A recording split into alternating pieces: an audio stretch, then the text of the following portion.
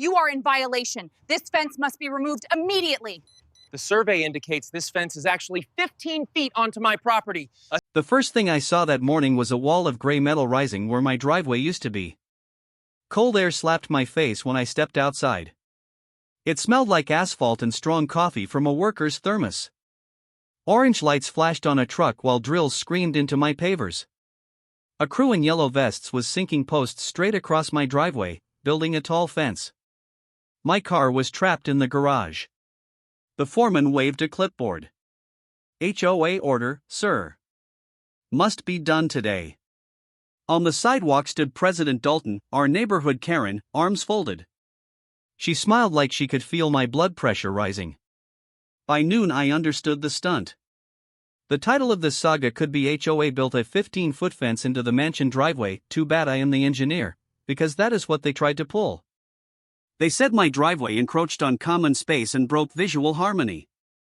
Never mind, it had been there since the house was built in 2003.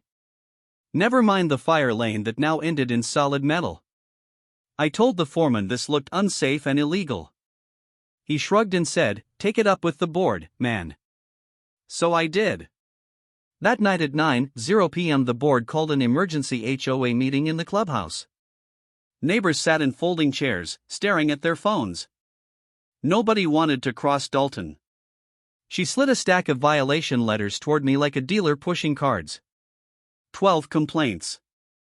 Unapproved driveway. Bad landscaping. Blocking sightlines. She said, "You have 7 days before fines start at $200 a day."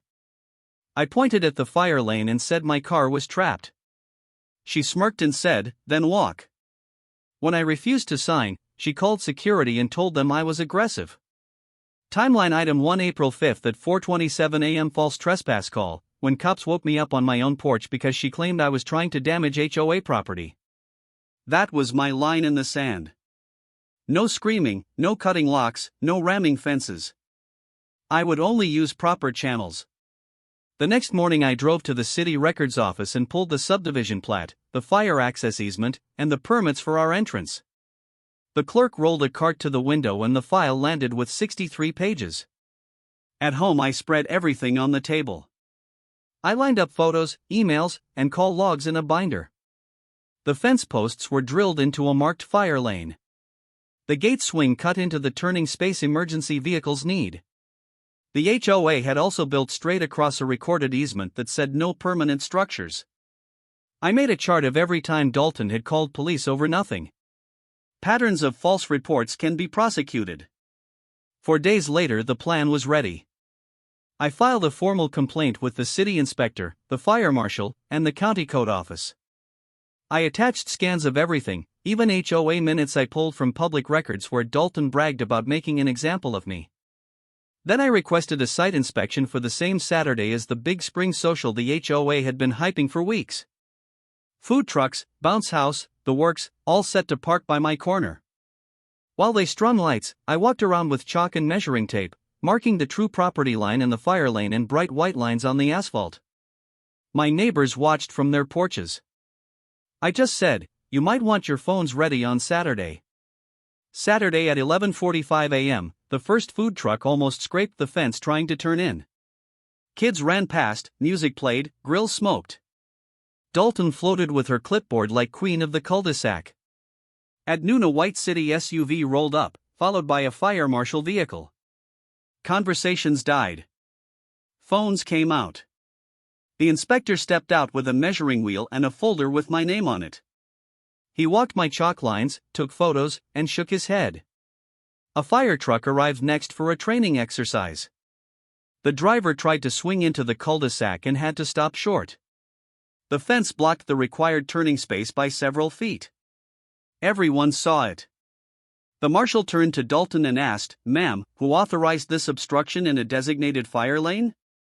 I did not need to say a word. The inspector read from the easement I had pulled, "No permanent structures in that strip, HOA included." He said blocking emergency access was a serious violation and that liability would fall on the association, not me. The crowd went quiet. The inspector ordered the fence gone within 48 hours and warned of heavy fines. He also noted the police call history and said it would be reviewed. That night our community chat filled with clips titled Fence Karen vs. Fire Truck. Within a week the city sent a formal notice and the board accepted Dalton's resignation. The fence came down, my driveway was rebuilt, and the fire lane got fresh red paint. Now the neighborhood feels lighter. A neighbor stopped to say thanks, and the new board has a clear rule: no more surprise construction without code review. Please follow for more HOA showdowns like this. Do you think she got what she deserves? Comment below.